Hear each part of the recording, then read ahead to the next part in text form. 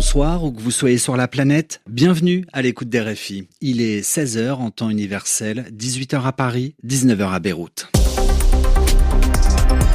Le journal en français facile.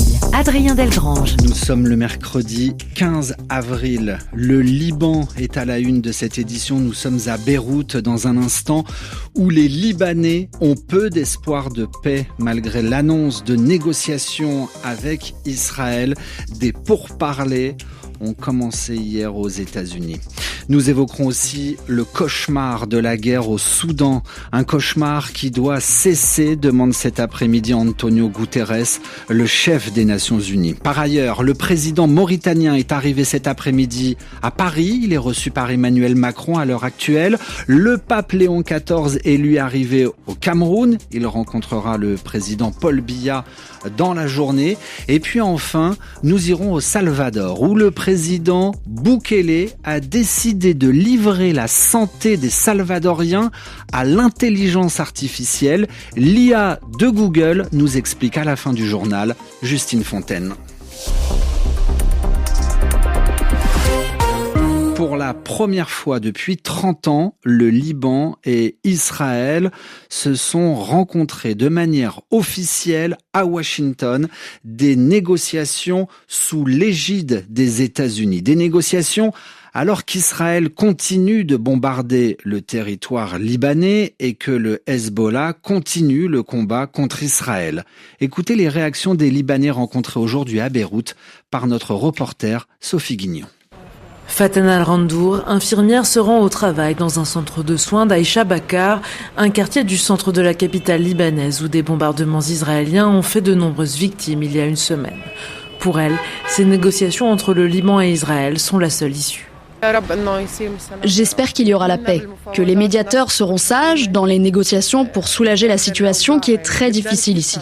Il faut que chacun obtienne des concessions, et ça suffit. Il ne faut pas qu'un pays écrase l'autre. Nareg Aslanian, vidéaste de mariage sans travail depuis la guerre, a confiance dans le gouvernement de Nawaf Salam. Je pense qu'ils vont parvenir à un accord de cessez-le-feu. Je pense que ça aura un impact positif sur le pays et que c'est un pas important pour améliorer notre situation. Mais les déplacés du sud du Liban, comme Ali Khalifé, ne se font pas d'illusions et s'inquiètent qu'Israël occupe de nouveau le sud du pays. Le gouvernement n'a aucun levier face à Israël. La solution pour moi, c'est de soutenir la résistance pour qu'Israël quitte notre pays. C'est la seule solution car les négociations n'ont jamais abouti à rien. Suite au dernier cessez-le-feu de 2024, Israël a violé l'accord plus de 15 000 fois d'après les Nations Unies. Pour le Hezbollah, ces négociations sont une capitulation. Sophie Guignon, Beyrouth, RFI. Des bateaux remplis de nourriture et de médicaments sont en chemin vers Gaza. Une nouvelle flottille est partie ce matin du port espagnol de Barcelone. Ce sont principalement de petits bateaux, des voiliers. L'idée est de rejoindre en mer Méditerranée une autre flottille, partie cette fois-ci du port français de Marseille, puis de s'associer à d'autres bateaux partis du port italien de Syracuse pour former au total une flottille d'environ 80 bateaux et forcer le blocus israélien imposé aux Gazaouis. Autre grand titre de cette édition, la guerre au Soudan. La guerre est un cauchemar qui doit prendre fin, déclaration cet après-midi du secrétaire général de l'ONU, Antonio Guterres, demande aux belligérants, à ceux qui font la guerre, l'armée soudanaise et les paramilitaires, un arrêt immédiat du conflit. Il demande aussi à la communauté internationale de se mobiliser pour apporter de l'aide humanitaire dont ont besoin les Soudanais. Le Soudan, grand pays d'Afrique brisé par une guerre sans fin qui dure depuis maintenant 3 ans. Témoignage à présent très rare d'un habitant de la ville d'El Fasher au Soudan. Cet homme est un civil, il n'a rien à voir avec la guerre. Il a été fait prisonnier par les paramilitaires pendant plus d'1 mois. Notre correspondante au Tchad, Nadia Ben Mafoud, a pu le rencontrer. An-Nour Hissène Abdallah arrive tout juste à Adré. Assis sous un arbre, entouré de ses enfants et de sa femme, il raconte l'horreur vécue pendant sa détention à El Fasher.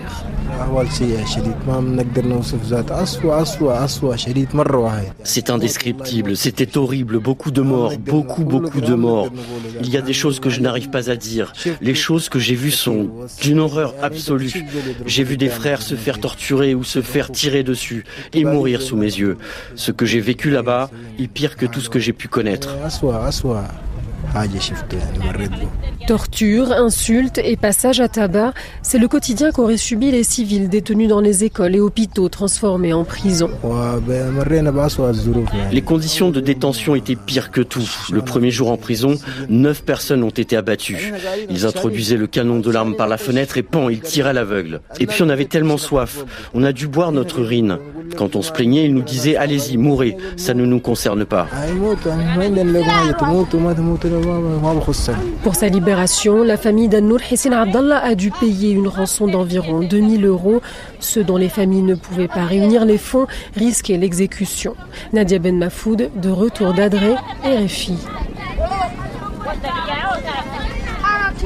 Alors qu'aujourd'hui se tient en Allemagne une conférence internationale de soutien au Soudan, nous apprenons cet après-midi qu'un peu plus d'1,3 milliard d'euros de promesses d'aide humanitaire sont destinées aux Soudanais. Dans l'actualité internationale, le pape Léon XIV est arrivé au Cameroun. Il a posé le pied à l'aéroport international de Yaoundé il y a quelques instants. Deuxième étape de sa tournée africaine. Visite officielle de 3 jours au Cameroun. Le pape sera reçu en fin d'après-midi par le président camerounais Paul Biya et il prononcera ensuite un discours devant les autorités camerounaises. Le président mauritanien est lui aujourd'hui à Paris. Mohamed Ould Cheikh El Razaoui a déjà fait des déplacements officiels en France, mais il s'agit cette fois d'une visite d'État de 3 jours. Une première pour un président mauritanien avec un programme dense jusqu'à vendredi. D'abord accueilli à l'heure actuelle par le président français au Palais de l'Élysée, le président mauritanien se rendra ensuite en Bretagne, à Brest, pour des questions de défense navale. RFI à Paris, 18h07. Confier sa santé à l'intelligence artificielle, mais aussi confier les données plus généralement des patients au géant américain Google. C'est ce qu'a décidé de faire le président du Salvador, Nayib Bukele, qui au passage s'autoproclame le dictateur le plus cool du monde. Justine Fontaine, bonjour. Bonjour Adrien, bonjour à toutes et à tous. Une expérimentation est d'ailleurs en cours depuis le mois de novembre. Et hier, le dirigeant autoritaire a annoncé que l'intelligence artificielle sera désormais utilisée aussi pour les patients atteints de maladies chroniques. Comme à son habitude, Nayib Bukele a fait de cette annonce une opération de communication, filmée en direct dans le bureau présidentiel et retransmise sur les réseaux sociaux. Je suis très heureux parce qu'on est en train de créer le meilleur système de santé au monde. En pratique, d'après le président, plus d'1 million de Salvadoriens et Salvadoriennes utilisent déjà Doctor SV. C'est le nom de cette application alimentée par l'intelligence artificielle, fournie par Google et dédiée à la santé. Alors justement, Justine, expliquez-nous comment ça fonctionne, comment c'est utilisé par les patients. La nouveauté présentée hier, c'est que l'application va analyser leur dossier médical, poser des questions aux patients et enfin prescrire des analyses. Ensuite, ces patients pourront parler à un médecin en personne ou en téléconsultation, ce qui doit permettre de dépister plus vite et plus efficacement les patients qui ont des maladies chroniques sans le savoir, par exemple du diabète ou de l'hypertension. Ça doit permettre aussi de réduire l'attente pour les patients. Les Salvadoriens se plaignaient énormément de l'impossibilité d'avoir des rendez-vous. Kevin Partenay, qu'on vient d'entendre, est enseignant-chercheur à l'université de Tours et spécialiste de l'Amérique centrale. Il répond à François-Damien Bourgerie. On peut s'interroger sur l'usage précisément qui peut être fait de ces données de santé. Car ce sont des données personnelles sensibles, aujourd'hui confiées à une multinationale étrangère, alors que dans le même temps, plus de 7000 soignants et travailleurs des hôpitaux publics ont été licenciés l'an dernier dans le pays. Merci Justine. Justine Fontaine dans votre journal en français facile, alors que le montant du contrat passé avec Google n'a pas été dévoilé. Toutes ces informations sont à retrouver quand vous le souhaitez sur notre site internet. Ce journal, vous pouvez le lire et l'écouter à tout moment sur notre site internet rfi.fr. Radio Foot International est à suivre sur la radio mondiale.